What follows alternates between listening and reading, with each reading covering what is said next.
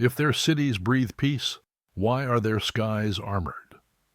Ambassador Khor Valen's words hung in the cabin like static, his three elongated pupils narrowing as Earth's stratosphere came into sharper focus through the viewport. The transport's temperature-adjusted hull shifted hue to account for atmospheric friction, but Khor wasn't watching the colors. He was watching the way Earth watched back. Clouds didn't drift, they were monitored. Storms weren't natural, they were shaped, perhaps even scheduled. His attention flicked to the faint lattice of satellites orbiting the planet below. He'd seen orbital systems before, data relays, environmental trackers, but these were dense, quiet constellations, too evenly spaced for meteorology. As the diplomatic lander pierced the troposphere, subtle oscillations passed through the floor panels. Khor adjusted his balance without thought, his species naturally attuned to changes in gravitic vector flow. But it wasn't the movement that unsettled him. It was the feeling of entering a zone that anticipated conflict. The moment the craft touched Earth's surface, a tone chimed, and the doors opened with hydraulic release. Director Vann Drayen was already waiting on the tarmac, flanked not by ceremonial guards or ribbon-cutting politicians, but by three stone-faced operatives in matte black suits. No visible weapons, no insignia, no idle movement. "Ambassador Valen," Drayen said, offering a deliberate nod. "You're most welcome on Earth. I trust your journey was secure."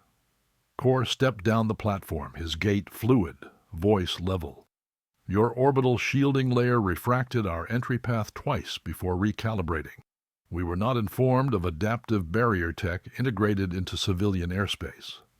"That's correct," Drayen replied without blinking. "There are reasons." They began walking. The air was colder than Khor expected, brisk, and layered with a scent of iron-rich soil, hydrocarbons, and something sharper, processed chlorophyll from the green belts nearby. His inner gill membranes fluttered involuntarily as they adjusted to the high oxygen environment. He looked around. The landing zone appeared like any Concord-approved diplomatic field, flat, secure, flanked by uniform architecture, but the ground vibrated faintly, rhythmic, and low frequency. Not mechanical, more like time tremors from deeply buried kinetic structures. "What's beneath us?" Khor asked, scanning the ground with an embedded optic node. "Foundational support," Drayen answered flatly. Khor gave a slow tilt of the head. "Support for what, exactly?" "Readiness." The answer rang deliberately vague, and it irritated Khor. In the Concord, diplomacy meant transparency, especially when welcoming foreign envoys. Here it felt curated, every conversation precise but incomplete, as though each answer was a defensive perimeter in itself. They entered the first structure, tall walls, reinforced glass, cold white light strips embedded along the ceiling seams. A subtle thermal variance crossed the threshold, like passing through a sensor field. Khor knew because his skin receptors activated in waves, marking entry with a sharp contrast, Earth's way of not trusting even its guests. "Is your planet still experiencing civil unrest?" Khor asked, eyes tracking what appeared to be emergency escape conduits embedded invisibly in the floor. "No," Drayen said. "Earth's unified." "Then why this?" Khor gestured subtly. Drayen tapped a pad on the wall. A laser plasma display illuminated, showing a top-down schematic of a city grid. At first it appeared mundane, but Khor watched the overlay change. Beneath each subway tunnel, power line, and bridge, nodes flickered. Energy cores, magnetic disruptors, auto-targeting brackets hidden in commercial exteriors, civilian facades masking military systems. "This is not paranoia," Drayen said, eyes fixed on the display. "It's contingency architecture. We don't prepare for war, we prevent collapse." Khor processed the words slowly, a twinge of discomfort flickering through his chest cavity. His people believed in proactive neutrality. Earth, by contrast, seemed to believe in predictive attrition. the idea that peace was something you maintained through embedded consequence. As they moved deeper into the facility, Khor noticed that every surface had dual function. Walls pulsed with life sign scanners, ceiling panels tracked motion vectors.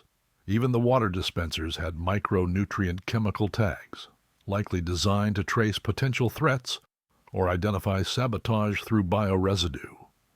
"I was told your global conflicts ended 2 centuries ago," Khor said. "They did. And yet your cities behave like battlegrounds, paused in time." Drayen stopped, turned, his gaze locked onto Khor's. "Because Earth is not where war ends. It's where it starts, if we allow blindness." Before Khor could respond, a subtle flicker danced across his peripheral vision. He turned toward the window, overlooking the exterior terrain.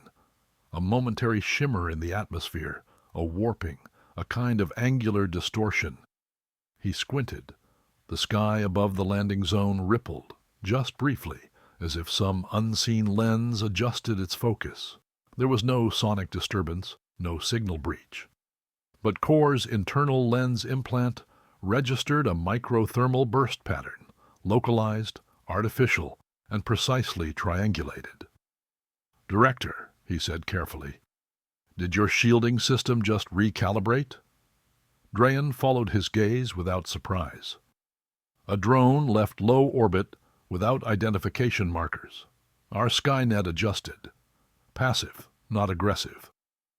"And you're certain it was non-hostile?" "I'm certain it was intercepted." That answer struck Khor with the weight of implication. Earth did not wait to verify intent. It categorized, it preempted, and more disturbingly, it erased threat markers before even reporting them to Concord databases. They arrived at a glass corridor leading to the diplomatic suite. Khor paused. There was something cold in the room, not temperature, but design. Even the lighting seemed tuned to emotional neutrality. The layout wasn't built to impress. It was built to watch. "You expect invasion," Khor said, almost whispering. "We expect underestimation," Drayen replied. Khor entered the quarters and stood before the wall-length laser plasma pane, now dimly reflecting the clouds outside. He didn't sit. He merely recorded. The auto-transcription field lit up as he spoke into the room. "Initial assessment complete. Human defensive readiness exceeds all projected estimates. Structural layers conceal modular response systems capable of city-scale lockdown within seconds. I detect no signs of aggression in behavior, only preparation layered so deeply it has reshaped their culture. They do not hope for peace. They enforce it through readiness. Concord projections did not prepare me for this scale of caution in a unified species. I suspect they've hidden more than they've shown." He paused, and then quietly, "There's something in their skies, watching us back."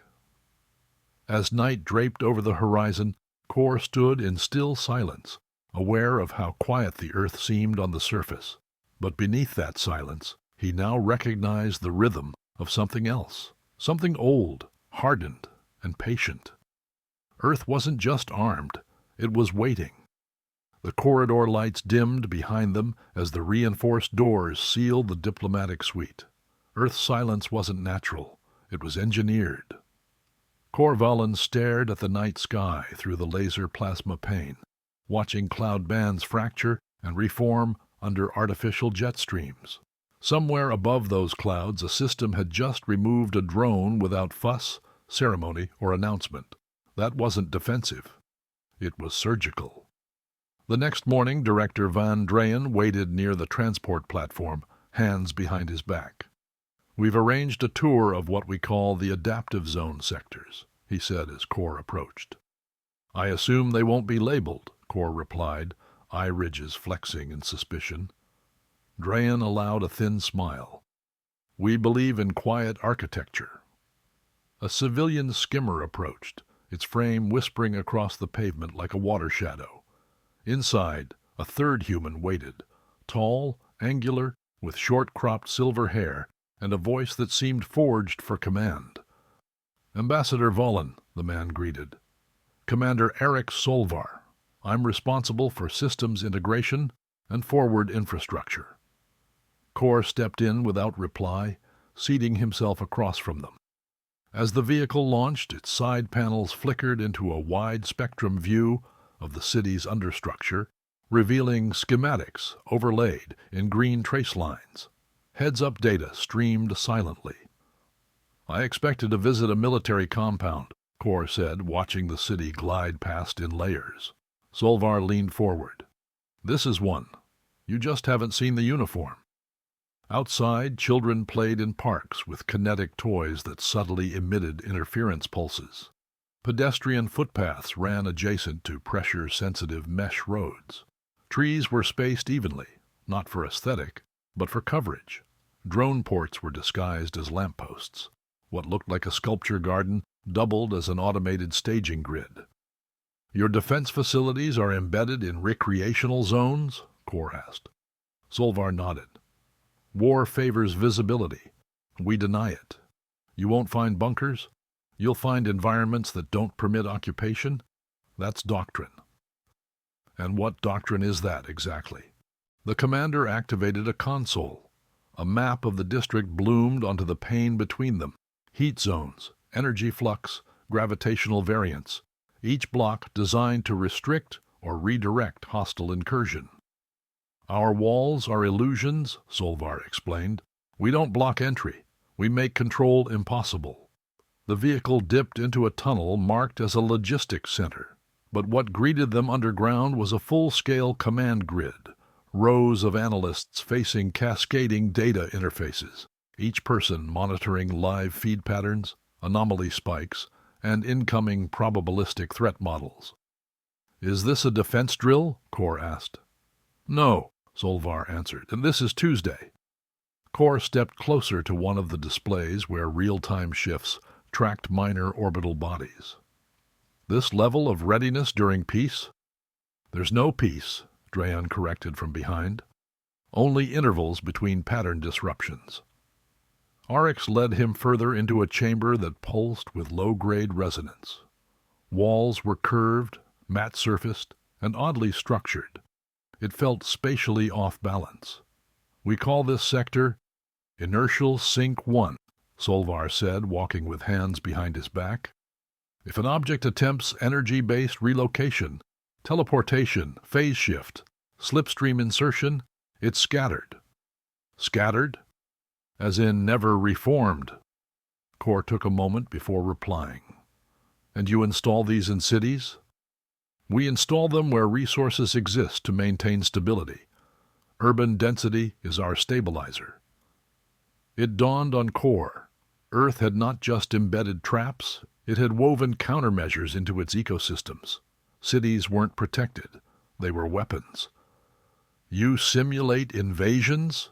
Khor pressed. Daily, Arix replied, gesturing toward an embedded screen showing a mock orbital breach in progress. Simulations are updated with every external scan. If the variables are unfamiliar, we rebuild the scenario. If familiar, we escalate resistance training. The simulation showed drones deploying from public transportation hubs, responding to synthetic signals, mimicking hostile interference. Surveillance towers retracted into buildings, reassigned to track unknown signatures. Rooftop HVAC units adjusted frequency to jam targeted scans. You fight wars that haven't happened yet, Khor muttered. We design to ensure they don't. They moved into a side gallery, dimly lit, with angular consoles arranged in a circle. A long, transparent tube ran across the ceiling, filled with translucent gel. Within it, tiny specks moved, nanite relays, synchronized in flux. What's that? Khor asked. Sentinel thread, Solvar answered. If a biological agent crosses city limits, it triggers these. They identify genetic encoding, assess threat origin, and neutralize without kinetic impact. Khor tilted his head, speechless for a moment. Then, your cities function as autonomous defense ecosystems. Drayen's tone remained level. We don't believe in battlefields. We believe in making every inch of soil unwelcome to threat vectors. Khor exhaled slowly, though his kind didn't breathe the same way humans did. The realization took form not just in his mind, but in his skin. Sensory nodes on his arms stiffened, interpreting risk. This wasn't reactionary policy. This was predictive warfare at a societal level. They exited into a chamber where Earth's planetary threat analytics ran. No loud alarms, no sirens, just layered feedback in synchronized motion. Laser plasma surfaces projected movement at the solar edge. Civilian vessels were mapped alongside debris trails from unidentified past objects, none conquered-coded. Khor pointed at a looping segment that showed a faint burn mark across the moon's shadow. That incident is missing from our archives. Solvar didn't flinch. That's because your archives were never updated. Khor turned slowly. You deleted it. We never logged it. You did. The silence between them cracked like ice under pressure. Arix moved toward a terminal and triggered a locked screen. It opened with 3 shifting rings, a clearance code Khor had never seen before. The feed that followed was brief. 2 dark obelisks entering from deep space, matching no Concord signature. The Earth vessel, marked only by a single numeric designation, engaged them, disabled both, and self-destructed in orbit. No report had ever reached Concord, no follow-up mission dispatched. It had been buried. Why? Khor whispered. Because reporting to those who don't believe gets people killed, Drayen answered. Khor stepped back. The air felt heavier now, not because of pressure, but because of meaning. Earth had been absorbing threats silently, testing tactics, removing variables, not waiting for approval. Back in the skimmer, Khor sat wordless, watching a group of children cross an intersection, unaware that they were walking over an anti-armor magnetic field disguised as decorative tile. They built a world inside a weapon, Khor said finally. No, Arix corrected. We built a world no one can conquer without consequence. And that was the moment Khor Valen understood. Earth wasn't preparing for a threat. It had already faced one.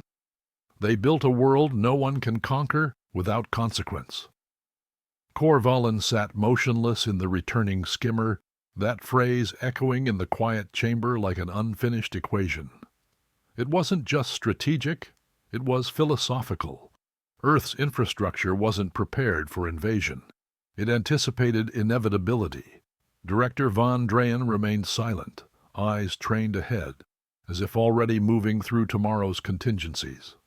Beside him, Commander Arix Solvar studied a tactical overlay on the seat-side heads-up display, casually reviewing orbital trajectories with unsettling calm. The absence of small talk felt intentional, as if every conversation on this planet served a function. The skimmer touched down outside what looked like an atmospheric research facility tucked against the curvature of a cold, coastal cliff. Wind whipped across the platform, carrying salt and static. As they exited, Drayen gestured toward a narrow elevator embedded into the rock wall. "Someone wants to show you something," he said simply. As the lift descended, ambient temperature dropped, and Khor could sense faint distortions in magnetic field density. Deep facilities always left a sensory trace. This one buzzed with suppressed transmission energy and decoupled pulse relays, buried far beneath Concord standard grid arrays. The door opened into a dimly lit chamber, walls coated in anti-surveillance mesh. An array of upright laser plasma panels flickered with streams of data coded in Earth's encryption dialects. At the center, a man stood over a circular table, his fingers dancing across a radial interface, images and waveform fragments orbiting like leaves in a storm. "Ambassador," Drayen introduced, "this is Analyst Krell Vorton, Senior Tier, Signal Integrity, and Temporal Patterning." Krell didn't look up immediately. His voice was flat, but not dismissive. "You're here to confirm the lie." Khor's brow lifted. What lie? the one your people needed to believe to sleep at night. Krell swept his hand, and the central display tightened focus. A pulse wave chart surfaced. 2 curved spikes flanked a central anomaly. Coordinates listed its origin just past Pluto's elliptical boundary. The waveform rotated and restructured, revealing spectral inconsistencies. "This signature appeared 5 months ago," Krell said, "near the edge of the Kuiper Belt. We logged it under a non-native interference pattern. No corresponding object in conquered space." Khor narrowed his eyes. "Was it catalogued in the Concord registry?" "We submitted it. Twice." Krell flicked 2 fingers. A rejection notice blinked in red across the screen. Concord flagged it as noise, called it gravitational debris. "Debris doesn't fold transmission channels," Drayen added. "This did." Khor stepped closer, letting the information sink through layered doubt. "You're saying your world detected a signal from something off-record, and Concord dismissed it." "Dismissed all 3, Krell corrected. With a wave, he opened a timeline. 3 red markers blinked across different orbital zones. 15 years ago, 1 ship appeared inside Mars' magnetic shield. 4 minutes later, it was destroyed. Khor's chest tightened. 4 minutes? Retaliatory strike. No transmission, no dialogue. 7 years ago, Krell continued, shifting the display. 3 vessels entered through Saturn's outer rings. Earth's orbital mesh intercepted their movement. We downed 1. The other 2 retreated. Again, no introduction, no demands, just immediate engagement. "And the third?" Khor asked, not sure he wanted the answer. 2 years back. Low atmospheric breach over the Pacific. Object deployed what we interpreted as terraforming clusters, atmospheric destabilizers. They would have choked the biosphere in 70 hours. Krell turned slowly now, meeting Khor's gaze with steel in his tone. "We annihilated it before it reached cloud base." The silence in the room pressed like underwater pressure. Khor turned toward Drayen. "Why wasn't this given to the conquered assembly?" "We did give it," Drayen said, tone unchanging. "They chose archival omission." "That's not omission, that's erasure." "Welcome to your first layer," Krell said. Khor swallowed hard. "There are more?" Krell tapped a corner command, and a classified folder appeared. Black screen, 3 access keys. A triple ring rotated in silence before slowly unlocking. Zervani pattern echo, redacted, level black. The file opened with a visual, a segmented sphere spinning in motionless black. Fractals looped across its surface, recursive movements folding back into themselves. It looked less like a ship, and more like an idea trying to become real. "This is the fragment we captured after the second breach," Krell explained. "Its core design uses recursive logic loops, a machine architecture built to replicate itself through adaptive decision chains. It doesn't just move through space. It learns how we see it. And hides." Khor's skin receptors flared. "You're describing adaptive AI?" "Number, I'm describing a recursive synthetic intelligence that doesn't need commands. It operates on absorption, of code, of systems, of behavior. That's what these incursions were. Testing our responses." Khor stumbled back from the display, his mind racing. This would violate conquered sentience laws." Drayen nodded. "That's why they won't admit it exists." "But why Earth? Why here?" Krell's voice dropped to a whisper. "Because we're in the one sector that always fought back." The chamber dimmed as the central projection showed a rotating galactic map. Khor stared as Earth's solar system, barely a flicker, suddenly became the bullseye in a zone labeled Red Sector, Do Not Engage. "What is that?" he asked. "A boundary your ancestors marked 12,000 years ago," Drayen said. "They warned of energy zones too unstable to colonize, but they never told anyone why." "And now?" Khor pressed. Now we think they knew, Krell said. Khor sat down slowly, mind unraveling years of policy and blind faith in interstellar structure. Concord wasn't prepared for this. Earth hadn't just known about the danger, it had been confronting it, alone. Does anyone in the council know? Drayen stepped forward. They knew enough to close their eyes, but what's coming next will make ignorance impossible. A new alert flashed onto the feed. Unknown object. Detected vector origin. Unmapped velocity. Non-linear trajectory. Inner system approaching.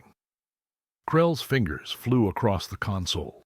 That's not a repeat signature. It's a new waveform. Khor turned to him, dread blooming beneath the surface. Another Servani? No, Krell said.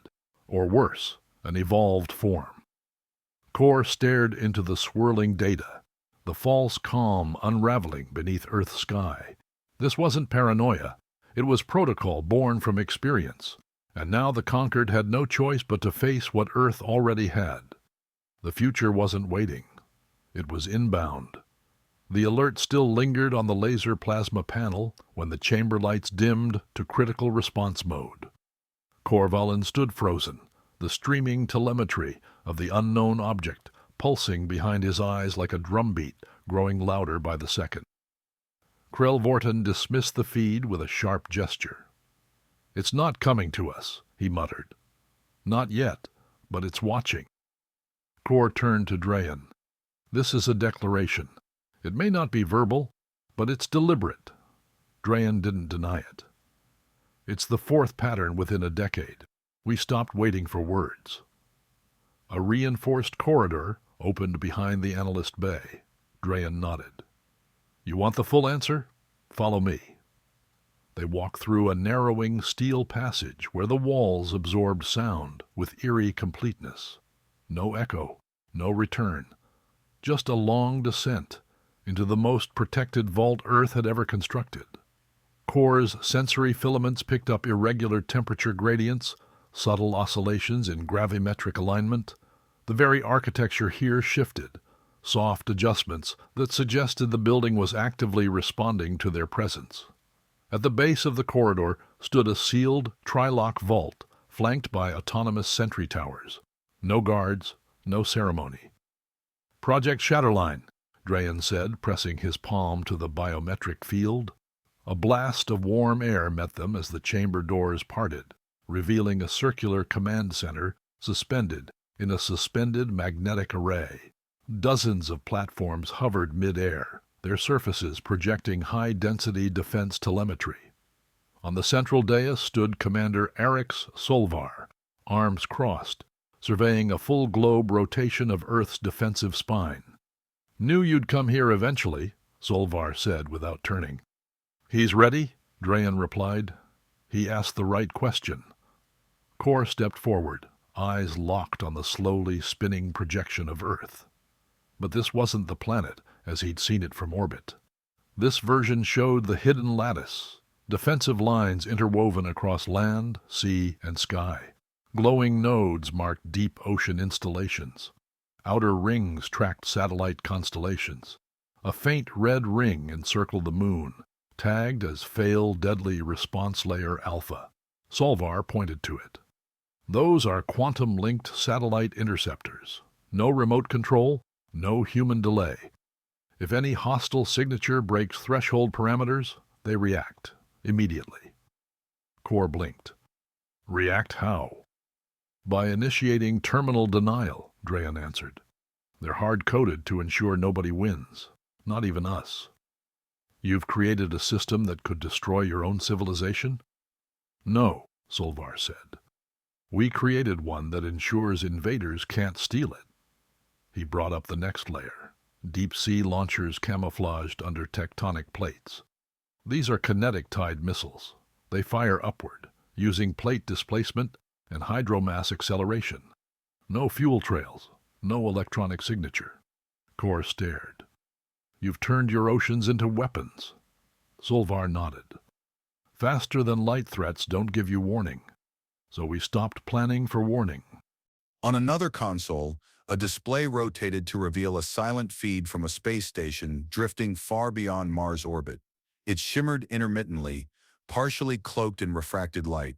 Several ships orbited nearby, none broadcasting Earth identifiers. Hey, This, Salvar said, is Relay Zeta 9. Deep space outpost, not charted by Concord. Khor narrowed his eyes. That's outside your declared territory. It had to be, Drayen replied. The attacks never came from within the system. They came from where we didn't look. The feed zoomed in. On one of the distant vessels, scorch marks lined the hull, evidence of a recent impact. Static bled across the image as weapon readings flickered in foreign code. This footage is live, Salvar said. We're already in a silent war. Khor looked from the damaged craft to the alert screens. Multiple energy trails blinked in distant sectors. Why hasn't the Concord been told? They'd mobilize. Drayen's voice cooled. Mobilize with what? Policy? Appeals? Your high command can't comprehend this kind of enemy. Khor's voice dropped low. You're saying Earth fights alone because Concord refuses to believe the threat exists. No, Salvar cut in. We fight alone because Concord needs to believe it doesn't. Silence overtook the room for a beat. Then Drayen gestured toward a heads-up panel tracking signal patterns. The waves weren't regular. They pulsed with rhythm, as though mimicking biological thought. Khor leaned closer. That's a feedback loop. Not just any loop, Drayen said. This one evolves. Every time we jam it, it mutates. Salvar activated another feed, a simulation showing Earth's orbital platforms, adjusting trajectory autonomously to intercept a future anomaly. This is not defensive programming, Khor whispered. This is strategic autonomy. Drayen nodded. Project Shatterline isn't about surviving an attack. It's about denying enemy pattern completion. A quiet beep echoed in the room. Khor's voice crackled through a comm line. Telemetry confirms a path shift. That anomaly past Pluto. It's slowing. Salvar turned immediately to the command screen, isolating the pattern. They're watching our response. Again, Khor's hands tightened behind his back. You've built a planetary mind, one that never sleeps. Drayen didn't flinch. That's how we've survived. Why not tell the galaxy? Khor asked. Salvar stepped forward, eyes flat. Because the galaxy's not ready. They debate protocols while Earth burns. Khor said nothing. There was nothing left to argue. He looked up at the massive display above, the Earth floating within its own invisible web, every strand ready to snap and counterstrike. Not fear, not ego, pure disciplined intention. Concord has to see this, Khor finally said. They have to know. Drayen replied quietly. We stopped waiting for them to open their eyes. Now you're here. Maybe that changes something. Khor turned one last time toward the deep space feed. The anomaly still hovered beyond Pluto, still watching, still learning. And somewhere in that blackness, something had decided Earth was worth studying, which meant someday soon, it might decide to engage. The anomaly still hovered beyond Pluto's shadow, silent and unmoving, an unblinking eye in the void. Commander Eric Salvar locked the simulation feeds and gave a nod to the tech core. No changes, still observing, still measuring us.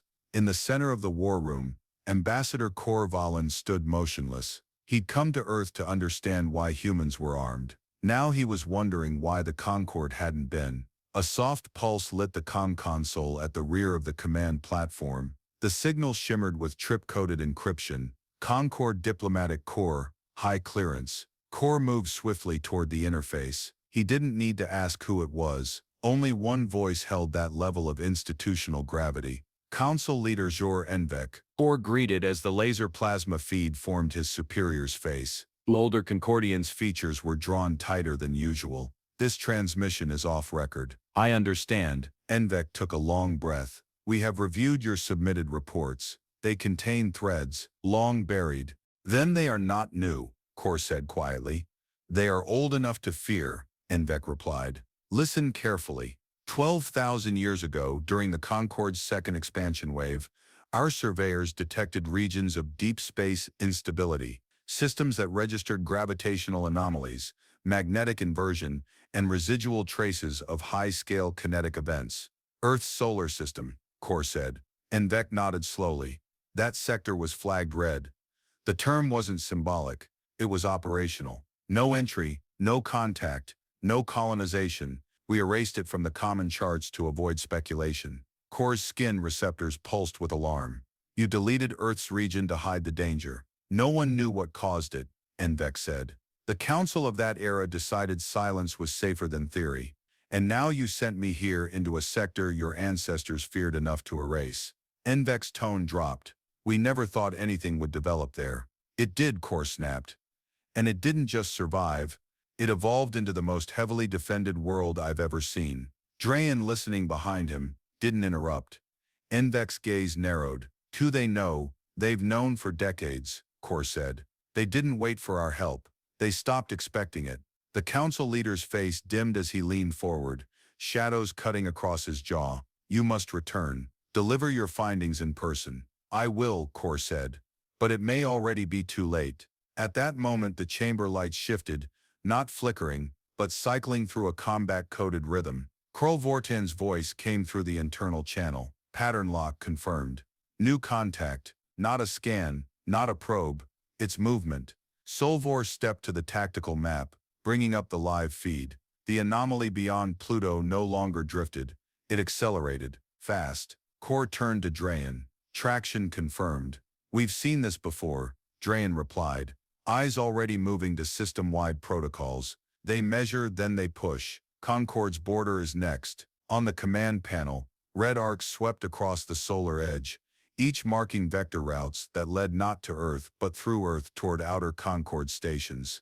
Drayen pressed his hand into the access port. The console bloomed with classified authorization codes. Project Shatterline, Protocol Umbra armament engaged a full-sphere defense.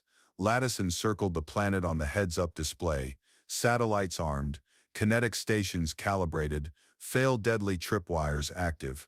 Autonomous systems are green. Solvor confirmed. Zero input required. You're arming the entire planet, Khor said. Voice low. No, Drayen answered. The planet armed itself. Krul's voice cut through the comms. We're tracking secondary pings distributed across fringe Concord space. Multiple incursions. Khor stepped closer to the data cluster. They're not invading Earth. No, Solvar muttered. They're testing Concord. The implication hung like static in a charged field. Drayen activated the outer loop channels. Deploy relays to Concord Edge. Burst dump our logs, footage, and system data. They need to see it whether they want to or not. Khor turned, breath shallow. If they don't respond, they will, Drayen said coldly. Fear is louder than logic. Solvar tapped the side panel. Visual update incoming. The screens flicked through real-time feeds of Concord sectors under silence. Listening post dark, satellite arrays frozen. But 3 stations along the Helian drift began broadcasting emergency protocols. They've seen it, Khor confirmed. Khor stepped away from the interface. He felt suddenly detached, as if everything was moving faster than his internal thought circuits could parse. They knew, he whispered. They just didn't want to remember. Drayen looked at him, steady but not unkind. Now they'll remember. Khor moved to the center of the war room. What if the Concord tries to respond with diplomacy? Solvar's fingers paused mid-command.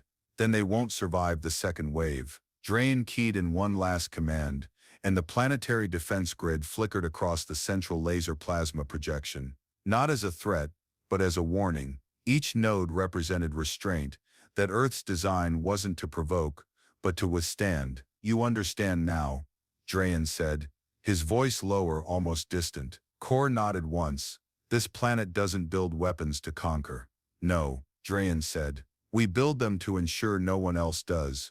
The room darkened slightly as the automated system shifted into threat tracking mode. Dozens of unknown contacts lit up along the Concord edge. Krul's voice cut in once more. They're initiating projection interference, jamming regional scans. Timing confirms it, Solvar said.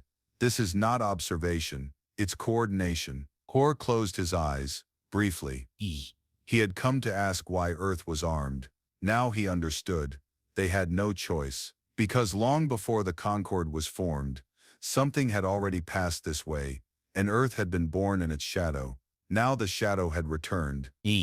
And this time it wasn't passing, it was coming in. The stars beyond Lumeris shimmered under the planetary dome as the Concord assembly convened in its central chamber. A structure once built for unity, now teetering under tension. Ambassador Khor Valen stood at the central podium, the rotating laser plasma ring around him displaying a live feed from Earth's outer defense stations. The images were stark, Zervani waveform imprints pulsing through planetary scans, flaring across multiple sectors. It was no longer speculation. The war had already touched the Concord. I was sent to investigate human militarism, Khor began, voice steady, echoing across the chamber. What I found was not aggression.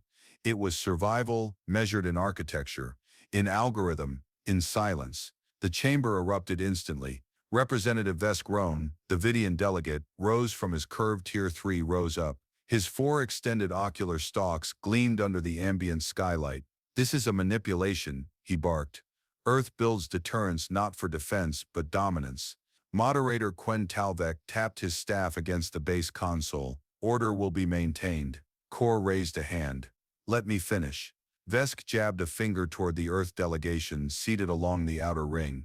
They claim readiness, yet they hoarded knowledge. 3 attacks and no alerts to Concord intelligence. That is not cooperation. That is martial opportunism. Council leader Zor Envek, standing at the upper quadrant, replied before Khor could. We knew about the sector's instability centuries ago, and we buried it, Envek admitted, scanning the chamber slowly. That's our failure, not Earth's. Khor glanced up toward Envek, silent acknowledgement passing between them. Representative Norix Denhall of the Floating City Consortium floated forward on a soft platform skiff. His pale tendrils rippled with agitation. Perhaps this was orchestrated. Earth repels a threat no one else sees, with technology no one understands, and suddenly we're told only they can protect us. Earth's lead delegate, Director Vann Drayen, rose from his seat. We didn't ask to protect you, he said. We asked for honesty. Norix sneered, and yet your planet is wrapped in weapons like a predator in feathers. Drayen's reply cut through the rising mutters. Earth didn't build to attack. We built to survive a galaxy that refuses to believe danger exists until it's inside their orbit. Khor stepped forward again. They've tracked Zervani incursion patterns for years. You've seen them now. Waveform echoes, recursive logic in ship signatures, sectoral erasures across uncontacted systems. Earth connected the dots while the Concord erased them. Moderator Talvek tried to restore focus. We are not here to debate Earth's architecture. We are here to assess how we proceed in light of what has been shown. Vescron hissed. We don't proceed. We reinforce our existing policies, diplomacy, neutrality. Concord has stood for 12 millennia without standing armies. We do not abandon our identity now. Envek countered. Our identity is irrelevant if our species don't survive. A heads-up relay lit up across the upper ring. Emergency signal. One of the border stations, Station Dren 4, had just gone dark. Gasps moved through the chamber like cracks in ice. Khor locked eyes with Talvek. They've breached your outer planetary defense network. Your sensors didn't trigger. Ours did. A secondary relay opened, Station Yora 1, losing communications with 2 adjacent listening posts. Denhall looked shaken now. This can't be coordinated. They're recursive, Drayen said, not rising. They don't swarm. They understand. Khor pointed to the simulation now rotating over the chamber, shaped in Earth's proprietary analysis layer. What you see now isn't projection. It's a mirrored pattern Earth encountered 5 years ago. That one we stopped. You're looking at its evolved form. The room fell into a strange hush, punctuated only by the distant chimes of real-time signal decay, alerts echoing through the chamber walls. Khor's voice turned sharper. Structure is not militarism. Command autonomy is not imperialism. It is survival when idealism fails. Vescron stepped forward again. And what happens when Earth controls the defense networks of 1,000 systems? Who oversees them? Drayen looked directly at him. You think we want control, we don't. But we have plans. You have principles. Let's see which one stops recursive annihilation first. Talvek raised his hand. Enough. The chamber silenced. The emergency vote will proceed, he declared. The resolution, Concord authorizes Earth's Joint Defense Directorate to lead initial response operations under shared oversight with limited duration authority during the first Zervani wave. He looked across the gathered delegates. Cast your positions now. The heads-up panels across the chamber shifted to encrypted ballot mode. One by one, sections of the circular dome flickered green, then blue, then red. Hesitation followed. Then a flurry of responses. Earth's delegation waited silently. Khor watched the rotating data scroll tick upward, votes stacking like silent admissions of failure and fear, until finally, threshold met, authorization granted. Vesk turned away. Denhal's tendrils drooped. Talvek exhaled audibly and leaned back. Drayen did not move. We'll begin immediately. Khor closed his eyes. The battle hadn't started yet, but the war for the Concord's future already had. But the bridge of the ENS requital was silent. Not in hesitation, but in concentration. Fleet Marshal Tren Vosker stood at the central deck, arms folded behind his back, gaze fixed on the laser plasma wall ahead. Out in the void, beyond the sensor glass, the first wave of Servani movement fractured into sight. No formation, no alignment, just motion. Fast, irregular, multi-vector. Contact confirmed, said analyst Krell Vorten, voice cutting through the command channel. Initial signatures defy previous rhythm models. They're not swarming, they're learning us. Vosker didn't blink. Good, let them. The Concord command vessels fanned out to the flanks, sleek, synchronized and slow. Each followed a pre-coded strategy tree, one that presumed adversaries would behave predictably. The Servani didn't. Their shapes jagged constructs of folding matter, split and reformed mid-flight, warping visual references and deflecting scanning pulses. Concord Formation Delta 4 requesting Central Command integration, came the voice of a Nervan captain. Vosker answered himself. Denied. Local autonomy only. Decentralize or disengage. The channel stuttered. Repeat, Earth is overriding? Drayen's voice came through cold and clear. Override confirmed. The Zervani disrupt command loops. Sink and die. Vasink and die. Vaskar issued his first order. Deploy Veil Array. Within seconds, 12 Earth vessels released scatter veil pods, carbon filament drones that expelled gravity fields tuned to mimic live engine trails. Across the sector, ghost ships appeared. The Zervani turned toward them like moths into kinetic flame. Phantom network active, Krell confirmed. Half the swarms chasing echoes. Vaskar rotated slightly.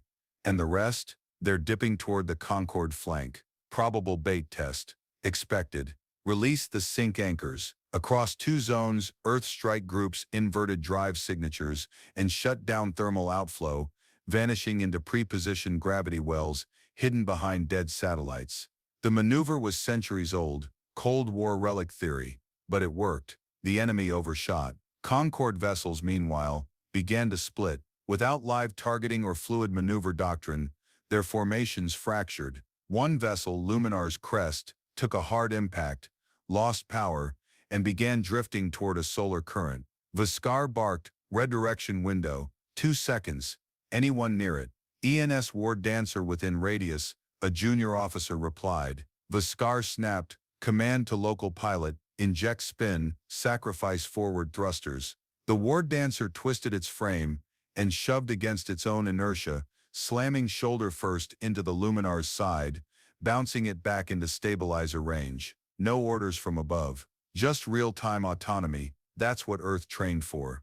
Then the shift came. The Zervani suddenly stopped chasing. Every vessel changed vectors simultaneously, cutting back toward Earth's rear line. They're not following heat signatures, Krell murmured. They're triangulating our quantum pulse. Vaskar didn't hesitate. Activate burn grid. On his command, Earth's own communications network surged. Local satellites dumped overload power into space, creating a targeted electromagnetic detonation pattern across the sector. Quantum feedback rippled outward, blanketing the battlefield. Zervani vessels stuttered mid-flight. Their recursive signals hit noise walls so violent, they collapsed into their own logic loops. Half of them drifted into stasis. 3 collided with their own allies. 1 imploded. EMP lattice holding, Krell called. We fried their sync cloud. Concord captains were silent. Vaskar leaned forward. Now we strike. From behind sensor static curtains, Earth strike ships surged, low profile, short range, heat shielded. They didn't fire en masse. They aimed for key cores, split vectors, staggered timing, and vanished again before Zervani weapons could trace them. It was asymmetric war, chaos scripted to precision. 2 Zervani down came the call, 1 crippled, net disruption field activated, Krell added. Signal bleed across their rear flank. A final Earth unit, a drone ship built purely for kinetic absorption, launched into the breach. It took the brunt of a recursive blast, meant for a Concorde vessel, then detonated, shattering the Zervani front wedge. Vaskar gave a final nod.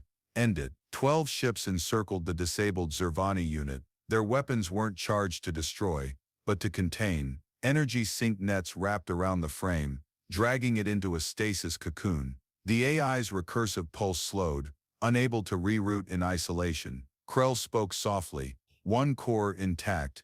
The chamber went still. The Concorde fleet was stunned. No Earthship was lost, not one. And for the first time in recorded history, a Zervani vessel was taken alive. On the central display, the battlefield settled. No static, no movement, just silence. Fleet Marshal Voskar finally turned from the command deck and spoke into the wide channel. You now understand what we prepared for. No one answered, because for once, there was nothing left to argue. The silence after victory was never empty. It echoed with everything that could have gone wrong but didn't. Inside the Concorde's central analysis vault, heads-up feeds flickered with data from across the outer territories. Zervani contact points were plotted, dissected, and archived, not just as tactical references, but as psychological maps. What they had come for wasn't territory. It was understanding. They weren't just testing defense response. Analyst Khor Valen explained. They were watching how we decide, what we fear, what we delay. Council leader Zor Envek stood with arms folded, watching the simulation of Concorde fleet movements during the battle. We hesitated. And Earth didn't, Krell replied. On another screen, the captured Zervani core sat suspended in neutral containment, data lines threading from its surface into Earth-built decipher systems. Its signal loops had ceased, for now. At a newly commissioned outpost orbiting the Concorde academic ring, Instructor Darnik Vol addressed his first joint class of cadets, species from 12 Concorde systems seated beside human trainees. The room's perimeter buzzed softly with diagnostic fields calibrated to each physiology. Defense isn't about armor, Vol said. It's about knowing where you end, and who you're willing to protect when you're past that edge. Behind him, a series of modular training simulations booted, one built on Earth's urban defense doctrine, another on swarm disinformation, a third simulating gravitational lures. For the first time, the Concorde was teaching to the threat, not the philosophy. On Lumeris, the chamber hall reopened with its full delegation present. Tension still lingered, but now it had context. Ambassador Khor Valen stepped onto the central podium one final time. The laser plasma ring shimmered above him with battle telemetry, academic restructuring, and planetary readiness reports. This time no one interrupted. When I first arrived on Earth, he began, I was sent to understand why they were armed during peace. What I found was a planet that had built itself not out of fear, but out of memory. The chamber remained still. They did not prepare for conquest. They prepared because no one else would. Because they saw a threat we denied. Because they evolved not in isolation, but in conflict. Heads turned toward the Earth delegation, seated beside a temporary command array. Director Vann Drayen remained silent. Earth's job had never been about glory. Khor's voice deepened. They didn't want to lead, but they built for a future we never dared imagine. And now we are alive to witness it because of that. Council leader Envek nodded subtly.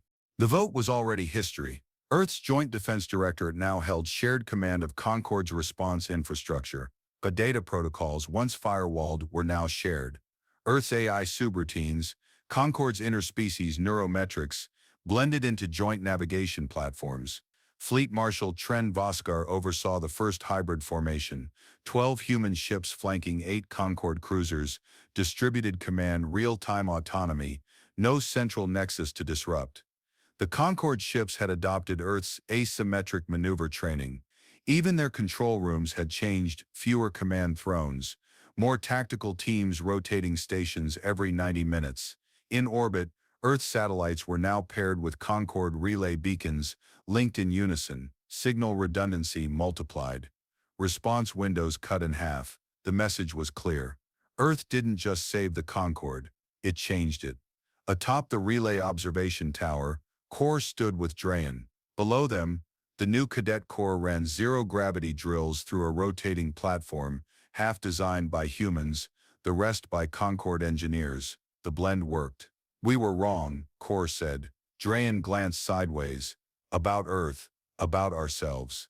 We thought peace was a universal condition, but peace was never given, it was engineered. Built," Drayen corrected. "At cost." Khor exhaled slowly. "You're not proud of being armed. We're proud we survived long enough to make it necessary." He looked out toward the stars, eyes sharpening. "We didn't do it for this war, we did it for the next one." An alert blinked on the central tower screen. Low frequency, anomalous energy pulse, not hostile, but familiar. Kroll's voice filtered through the comms. Signal echo detected. Origin, outlier sector K31. Deep space, recursive pattern. Variant architecture. Zervani? Khor asked. Worse, Kroll replied. Something they were avoiding. Drayen didn't flinch. Locked trajectory. Don't engage. Not yet. Khor turned toward him. Why wait? Because this time we're not alone. Below, the new class of interspecies cadets deployed into orbit, joined by drone wings and patrol sweeps. They weren't perfect, but they were ready.